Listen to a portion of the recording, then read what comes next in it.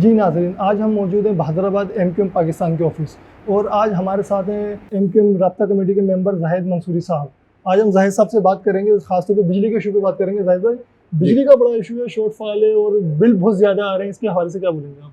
देखें, असल में ये जब IPPs का एग्रीमेंट बेनज़ीर भुट्टो ने किया था, उस वक्त 97 की बात है ये। उस वक्त ये चीज़ सामने आ रही थी कि बिजली के बिल जो पहले 200, 400, 600 पे आते थे, तो उनके माहिदे की वजह से जो है वो बिल बढ़ जाएंगे। उसके बाद फिर क्या हुआ, यही हुआ जब IPPs को ये चीज़ दे दी गई, तो उनको जो पेमेंट होती है वो डॉलरों में होती है।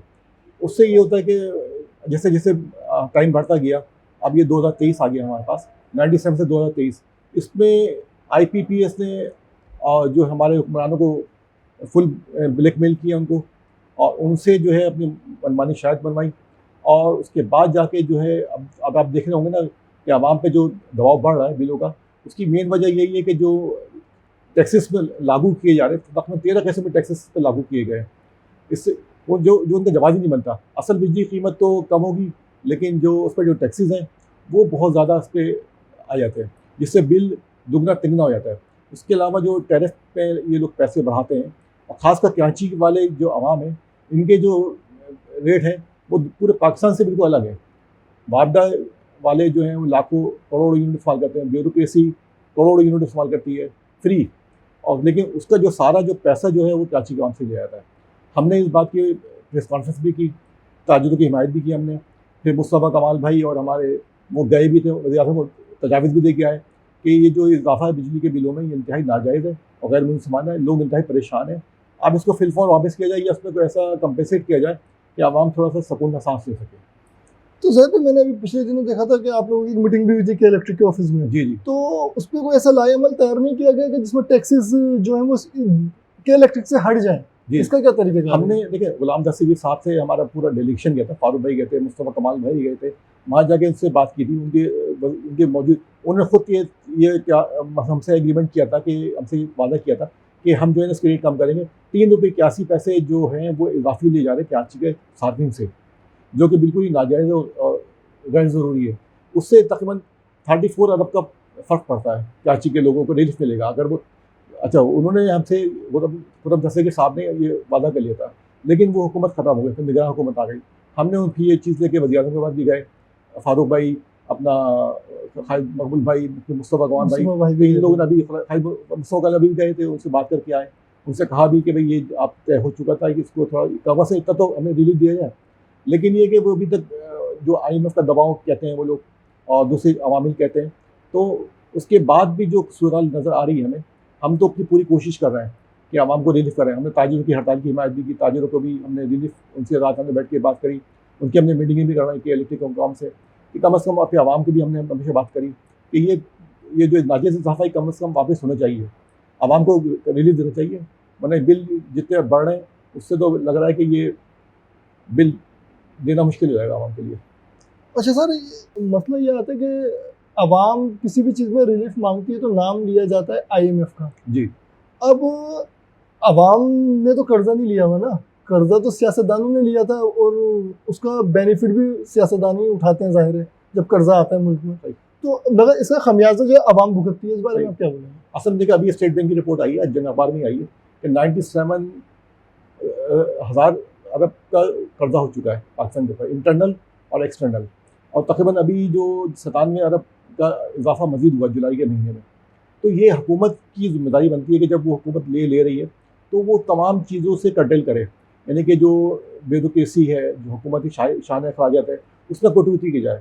उसके कटौती करने के बजाय ये आवाम पे बोझ डालते हैं, जो कि सरासर नाजायज़ और गैर मुनसिफाना है। हमने हमेशा इस पर आवाज़ उठाई है कि ये जो IMF का नाम लेते हैं, और तो अगर वो लेते हैं तो उसकी माहिदे की जो शिकें हैं वो आम की जाएँ, ताकि आवाम के बिल में आए कि भाई क्या मसले मसाइल चल रहे हैं। क्योंकि ये हुक्मरान जो माहिदा करते हैं वो खुफिया माहिदा करते हैं, आवाम तक इसकी पहुँच नहीं, लेकिन नाम वो IMF के लेते हैं।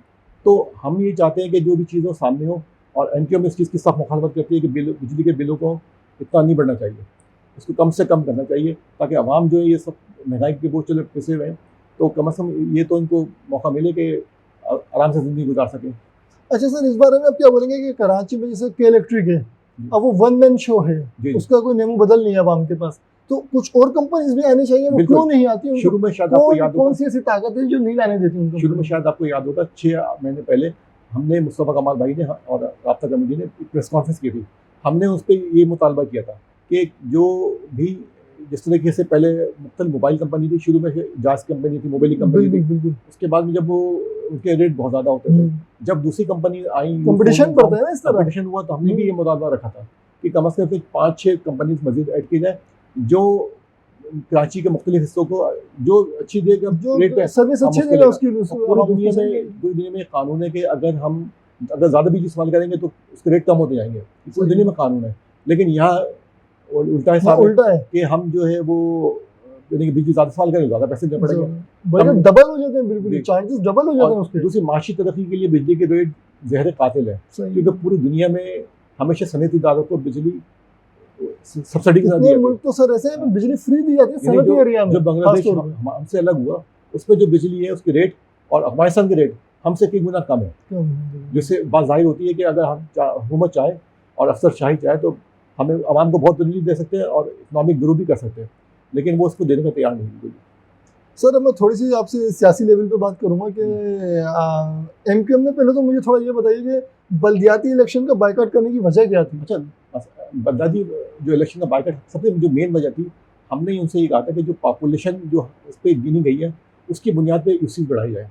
अच्छा, होता ये था कि जो पीपल्स पार्टी ने हल्काबंदी करी ना, जो उनके अपने हल्के थे, तो अपनी जो 20,000 से 30,000 की आबादी में बढ़ाई, कहीं 15,000, कहीं 10,000, कहीं 30,000, और जो एमक्यू में हॉलीडे एरिया से उस पर 80,000, 90,000। तो हमने इस गैर मुनसिफाना हल्काबंदी पर एतराज़ किया कि ये हल्काबंदी जो है ना बिल्कुल ही नाजायज़ है और गैर मुनसिफाना है। फिर उस पर हमारी जब निगोशिएट हुई, बातचीत हुई, तो उसके बाद 53 यूसीज़ का इजाफा हुआ। उससे हमारे मौक़िफ़ पर तायद हुई कि ये जो हल्काबंदी की थी उन्होंने बड़ी गलत की थी, और 53 यूसीज़ का इजाफा होने का मतलब ये था, हालांकि हमने डिमांड की थी 73 यूसीज़ की, सही है। लेकिन उन्होंने 53 यूसीज़ की इजाफा किया। इससे हमारे मौक़िफ़ को तक़वीत दी और साबित किया कि हम सही थे, वो गलत थे। और दूसरी बात ये थी कि जो इख्तियार जो दिए गए थे अपना मेयरशिप को, वो बिल्कुल ही ना होने के बराबर है। अभी आप देख लें, तकरीबन 6 महीने से ज़्यादा हो गए इलेक्शन हुए हुए, लेकिन आपको कहीं भी बल्दियाती सिस्टम नज़र नहीं आ रहा होगा। तकरीबन 6-7 लोग गटर के ढक्कन ना होने की वजह से मेन होल में गिर के हलाक हो चुके, बच्चे भी हैं, बुजुर्ग भी हैं। इससे जाहिर होता है कि कितनी नाहल मेयरशिप भी है और कितने नाहल टाउन जो सिस्टम आया वो है, वो आवाम को रिलीफ देने में बिल्कुल नाकाम हो चुके हैं। अगर एमक्यूएम बायकॉट नहीं करती तो फिर सारी जो चीज़ें थी आपके सामने हैं। एमक्यूएम फिर वो नहीं, तो एमक्यूएम ने जैसे ये कोशिश की कि ये इलेक्शन कल अदम करा दे दिया जाए, इस सब पॉसिबल है क्या? नहीं, एमक्यूएम ने तो ये देखें, एमक्यूएम ने तो ये अपना मौक़िफ़ दिया ना। एमक्यूएम ने कहा अभी देखें हल्काबंदी गलत हुई है, हल्काबंदी मुझसे नफा की जाए, और 53 यूसीज़ जो पीपल्स पार्टी ने बढ़ाई, इससे हमारे मौक़िफ़ को तक़वीत मिली कि हाँ भाई बिल्कुल हमने मौक़िफ़ से इख्तियार किया था। अगर उस पर इलेक्शन होते तो एमक्यूएम ज़रूर पार्टिसिपेट करती।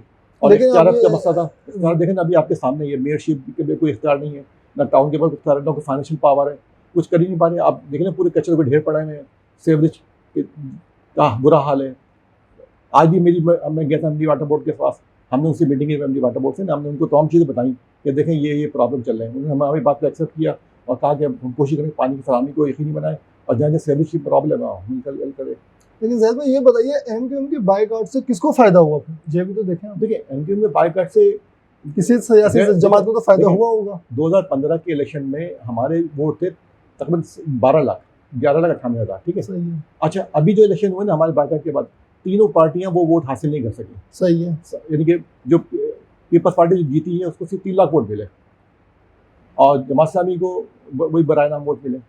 यानी उससे जाहिर होता है कि अवाम ने बिल्कुल इस सिस्टम को मुस्तरद कर दिया, वो इस सिस्टम से मायूस हैं। जो पीपल्स पार्टी जो सिस्टम लेके आई थी 2013 का एक्ट, उस पर जो तरमीम की थी, उसमें बल्दियाती इदारों का इख्तियार है ही नहीं। और हमारे शुरू से मौका दिया था कि भाई बल्दियाती उसको एम्पावर किया जाए। जैसे 2000 मुशर्रफ ने जो सिस्टम बनाया था टाउन सिस्टम का, उसमें इख्तियार दिए गए थे। बहुत अच्छा। उससे ये हुआ कि हमारे जो मुस्तफ़ा कमाल भाई हमारे नाज़िम थे, तो उन्होंने रिकॉर्ड काम किए, फ्लाईओवर बनाए, अंडर पासिस बनाए, रोडें बनाई। आपने देखा होगा कितनी शहर तरक्की की फंड आ रहा था, पैसा आता है। अब तो फिर वसीम अख्तर का दौरा है तो सारे इख्तियार छीन लिए गए, उनको ना फंड दिए गए, फिर भी जो हो सका हमने काम किए, लोगों को रिलीफ फराहम किया। तो हम तो चाहते हैं कि भी एक पूरा सिस्टम हो बड़ा मजबूत और मुस्तहकम, जो आवाम को चीज़ें प्रोवाइड कर सके। अच्छा ज़ाहिद भाई, लेकिन एक चीज़ और देखने में आई है कि एमक्यूएम पाकिस्तान है ना, काफ़ी जगहों पे बैक हो गए वो लोग ना। यानी कि अभी जैसे सेनेटर वकार मेहंदी का मुकाबला था जब, तो उस टाइम भी एमक्यूएम पाकिस्तान देखिए हमारे उसमें अददी अक्सरियत के लिहाज से हम लोग कम है। सही है, बिल्कुल। अच्छा, हमारे फिर ये होता है कि उस वक्त हम चाहते हैं कि उस वक्त हम अपनी वो जो हमारी तंजीम साजी है या हमारे जो दूसरे सियासी अमूर है, हम उस पर तवज्जो रखें। सही। हमारी कोशिश ये थी कि हम यहाँ पे अपना फोकस करें। तो अभी हम इस पर नहीं थे, हम चाहते हैं पहले तंजीम मजबूत हो जाए। हमारा मर्जर हुआ, PSP जो तीनों धड़े हमारे जम हो गए, हमारी कुव्वत एक जगह मुश्तम हो गई है। हम कोशिश करें कि पहले हम अपने आप को मजबूत करें, फिर हम मैदान में उतरें। इस सिलसिले में सब हम ये पूरी तरह काम मीटिंगें चल रही हैं, मुख्तलिफ प्रोग्राम चल रहे हैं। हमने अभी अशर आज़ादी भी बनाया हमने, तो हम ये मुख्तलिफ काम लेके चल रहे हैं ताकि आवाम में जाएँ। तो ये हो कि आवाम चाहती भी थी कि सब आपस में मिलकर एक जगह बैठ के बात करें और जाके अपने मैनिफेस्टो दें, अपनी मंशूर बताएं, चीज़ें बताएं। हम ये काम अब कर रहे हैं, तो ताकि हम एक पार्टी अब जो बिखरी पार्टी थी जिसे लोग कहते थे ग्रुपिंग है, अब अल्लाह का शुक्र है वो सब खत्म हो गई है। अब हम एक नए जज्बे, नए बलों के साथ मैदान में जा रहे हैं। इंशाल्लाह इलेक्शन में भरपूर हिस्सा लेंगे हम। अच्छा साहिब भाई, ये बताइए कि कामरान टूसरी साहब हैं गवर्नर सिंध, तो उनके हवाले से जैसे कुछ बातें सुनने में आती हैं कि एमक्यूएम के कुछ लोग उन्हें पसंद करते हैं, कुछ लोग पसंद नहीं करते, इसमें क्या सदाकत है? नहीं, ये तो अफवाहें हैं, इसमें तो ऐसी कोई चीज़ है ही नहीं। देखो वो हमारे पार्टी का हिस्सा है, और गवर्नर साहब तो बरमला कहते हैं कि भाई ये जो मैं करता हूँ काम, ये खालिद महबूब भाई की मुशावरत से करता हूँ। उन्होंने कई दफ़ा ही कहा है, और वो हमेशा जो भी काम करते हैं पार्टी को कहते हैं एमक्यूएम के, ये एमक्यूएम के मरहूम में रहते हैं। अभी जो 5.5 लोगों बच्चों ने टेस्ट दिया आर्टिफिशियल इंटेलिजेंस का, खालिद मकबूल बढ़ गए, उन्होंने वहाँ पे बाकायदा विजिट भी किया। सब भी हमारे रहनुमा और मुख्तलिफ प्रोग्राम में हिस्सा लेते रहे। फिर राशन का मसला हो या कोई भी एक इवेंट हो रहा हो, तो अपना हमेशा पार्टी को ऑन करते हैं वो। और ऐसी ये जो लोग जो है ना, जो हमारे इतिहास से जल रहे हैं, वो इस किस्म का प्रोपेगेंडा करते हैं। अच्छा, इस मरतबा आप क्या समझते हैं कि इलेक्शन अपने टाइम पे होना पॉसिबल है या ये भी नामुमकिन है? हमारी तो डिमांड यही है, अभी हमने प्रेस कॉन्फ्रेंस हमने ये कहा था कि इलेक्शन वक्त में होनी चाहिए। हम तो भरपूर तरीके से इलेक्शन में लड़ना चाह रहे हैं, और हमने पूरी यानी कि हम तैयारी शुरू कर दी है। हमारे इलेक्शन सेल के ऑफिस के अफ्ताह भी हो चुके हैं, आज फिर मीटिंग भी है पाकिस्तान हाउस में। तो हमारा तो काम मुस्तकिल चल रहा है। हम तो चाह रहे हैं इलेक्शन वक्त में, ताकि हम भरपूर तरीके से उस पर हिस्सा ले सकें। तो इसमें अभी थोड़ी सी दोबारा अगर मैं बिजली पे आता हूँ, तो बिजली के हवाले से फिर आप क्या बेहतर समझते हैं कि अभी सार्फिन को कुछ बोझ, क्योंकि अभी तो ये खबर ये आई है ना कि 90 रुपये तक यूनिट चला जाएगा, तो इस हवाले से हमने अभी मुस्तफा खान भाई गए थे वज़ीर आज़म, उनको तजावीज़ भी दे के आए हैं कि किस किस तरीके से काबू पाया जा सकता है। अगर उन्होंने हमारी तजावीज़ पर अमल कर लिया तो इंशाल्लाह तो उम्मीद है कि बेहतरी आने की उम्मीद है। तो हम तो कोशिश करेंगे कि भाई आवाम को रिलीफ फराहम किया जाए। जो भी हमसे हो सकेगा हम करेंगे। अगर एहतजाज करना पड़ा हम एहतजाज भी करेंगे, अगर हमें कुछ रोडों पर निकलना पड़ा वो भी करेंगे, यानी अगर फिर हमें कोई मुज़ाकरात करने पड़ता उसके लिए भी जाएंगे। हम पूरी कोशिश करेंगे आवाम को ज़्यादा रिलीफ फराहम करें कि इलेक्ट्रिक के बिलों के खिलाफ। अच्छा, मैंने अक्सर ये देखा है कि आप लोग ताजिरों के भी बड़े साथ रहते हैं और बड़ी हिमायत करते हैं जी। तो इसमें ताजिरों के लिए कोई ख़ास सब्सिडी वगैरह देने का कोई प्रोग्राम है गवर्नमेंट ऑफ पाकिस्तान का, या आप लोगों की तरफ से कोई ऐसी कोशिश? हम तो कोशिश करेंगे तमाम आवाम के जिन तबके हैं सबको रिलीफ फराहम किया जाए। ताजिरों को और सनतकारों को तो खुसूसन देना चाहिए, क्योंकि माशी तौर पर हर मुल्क ने एक सब्सिडी देती है। जैसे बांग्लादेश की मिसाल मैं आपको दे रहा हूँ कि वो उन्होंने अपनी गारमेंट फैक्ट्री को मुकम्मल तौर पे वो किया कि भाई कम से कम रेट पे बिजली फराहम की जाए। उसकी वजह से आज वो माशी पावर बन चुका है। माशी पावर बन गया। तो इसी तरीके से हमारी भी की वैल्यू उनसे कम हो गई है। हमने भी ताजिर से मीटिंग की थी, हमने भी उनके मौक़िफ़ की हिमायत की थी। हमने कहा भाई इनका मौक़िफ़ मानना चाहिए और ज़्यादातर हम उनको रिलीफ फराहम करें। हमारी कोशिश यही है कि भाई आवाम के तमाम तबकों के लिए बिजली के नर्ख कम से कम हो। अच्छा, कुछ इस तरह की भी खबरें आ रही हैं कि जिन्होंने बिल नहीं भी भरा या जिन सार्फिन जो बिल अदा नहीं कर रहे उनकी बिजली काट दी जाएगी। इस हवाले से आप क्या बोलेंगे? अगर उनकी बिजली काट दी जाती है तो वो तो बहुत परेशानी में आ जाएंगे। उसका रूल ये है कि 1 महीने का बाद 1 महीने टाइम दिया था बिल पे करने का। अगर 1 महीना नहीं करे तो उसको शुकात दिया जाता है। अगर 7 दिन अगर शुकात में नहीं हो तो कानूनी तरीक़ेकार ये है। और हमने ये बात इलेक्ट्रिक अकाउंट से बोली है कि आप जो है ना किसी का भी बिजली काटने का कर देते जब तक ये उसको 1 महीने का टाइम दें, और कम से कम उसको जो है अपना एक शुगात तो दें कि भाई आप जो है ये करने जा रहे हैं, तो कम से कम उसके इल्म में तो ज़्यादा मसला ये है कि उसकी सामने वाले की इतनी इस्तेताअत ही नहीं कि वो बिल पे कर सके, तो वो तो 1 महीने के आप 6 महीने भी दे देंगे तो उसकी तो बड़ा मसला है। हम कोशिश कर रहे हैं कि भाई कि कम से कम जो है ना बिल, जब तक टैरिफ कम नहीं होगा ना, टैरिफ कम नहीं हो रहा ना, ये तो और फिर दूसरी बात ये कि जो इनके जो अपना पीक आवर है 6 बजे से लेकर 10 बजे तक, कम से कम उसमें जो है ना कम से कम बिजली आवाम इस्तेमाल करें। और वो पंखे जो है ना वो ज़्यादा बिजली इस्तेमाल करते हैं, या LED लाइट इस्तेमाल करें, तो सोलर का इस्तेमाल करें, कोई ऐसी मतलब मुतबादिल चीज़ इस्तेमाल करें। बिल्कुल। अगर 4 पंखे तो 2 पंखे चलाएं। तो हमारी तो हम कोशिश करें, हम अवाम को भी मालूमात फराहम कर रहे हैं। और इलेक्ट्रिक का जो किताबचा वो भी हमने लोगों को दिया ताकि लोग कम से कम थोड़ा इकोनॉमिक तौर पर करें, ताकि हम इस क्राइसिस से निकल सकें।